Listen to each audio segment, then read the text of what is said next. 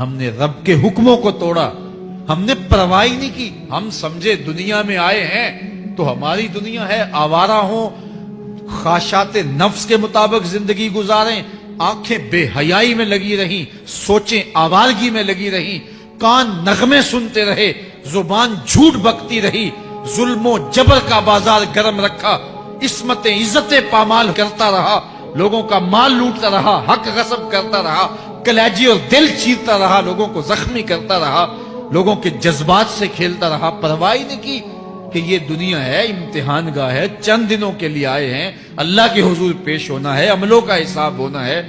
اب جب وہ دیکھیں گے کہ ہمارے ساتھ کیا ہونے والا ہے تو ان کے چہرے پہلے بگڑ جائیں گے. کیوں؟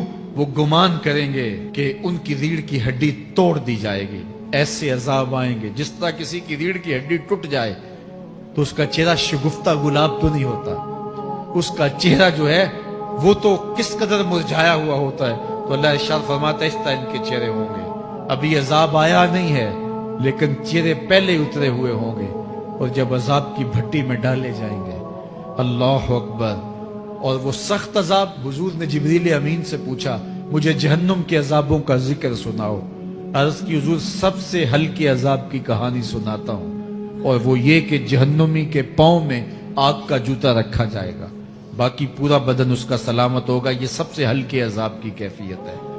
اب پاؤں میں آگ کا جوتا ہوگا، حدت، گرمی، شدت اتنی ہوگی کہ دماغ پگھل کے ناک اور کانوں کے راستے سے باہر آ جائے گا. پاؤں میں رکھے ہوئے جوتے کی گرمی دماغ کو ایسے چڑھے گی کہ وہ پگھل جائے گا اور ناک اور کانوں کے راستے سے باہر آ جائے گا. تو اللہ کے عذاب کے خوف سے چہرے بگڑ جائیں گے، حالت سلامت نہیں رہے گی. یہ بات ذہن میں رکھیں کہ اللہ جس کو جہنم میں ڈالے گا اس کو اس صورت میں نہیں ڈالے گا. یہ محمدی صورت ہے، یہ شکل اس کی چھین لی جائے گی اور اس کی شکل بڑی کر دی جائے گی. اس کا ایک ایک دانت احد پہاڑ جتنا ہوگا. احد پہاڑ کا پھیلاؤ 15 کلومیٹر پہ ہے.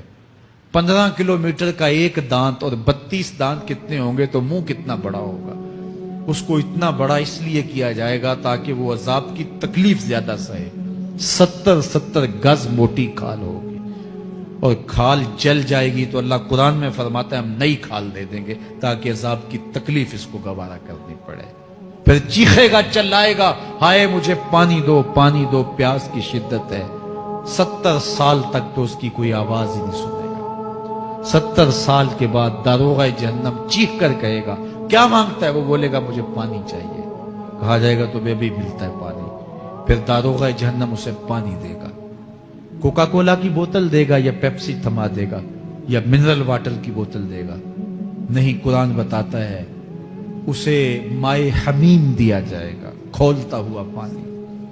اور وہ اتنا گرم ہوگا جب پینے کے لیے چہرے کے قریب کرے گا اس سے اٹھتی ہوئی بھاپ کی وجہ سے چہرے کی کھال ادڑ کے اس کے اندر گر پڑے گی، لیکن اس کے باوجود اس کو پینا پڑے گا. اللہ فرماتا ہے یہ دنیا ہی سب کچھ نہیں ہے، سمجھ لیا یہی سب کچھ ہے، آخرت کو بھول گئے. صبح اٹھے کام پہ چلے گئے، شام آئے آبادگی میں چلے گئے، صدائیں آتی رہی حی علی الصلاح حی علی الفلاح، کوئی پرواہ نہیں کی. نہ پیشانیوں نے سجدے کیے، نہ سوچوں میں پاکیزگی آئی.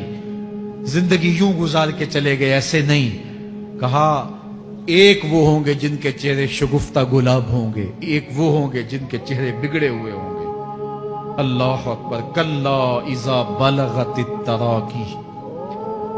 یہ تو قیامت کا منظر ہے نا، قیامت سے قبل بھی ایک منظر ہے.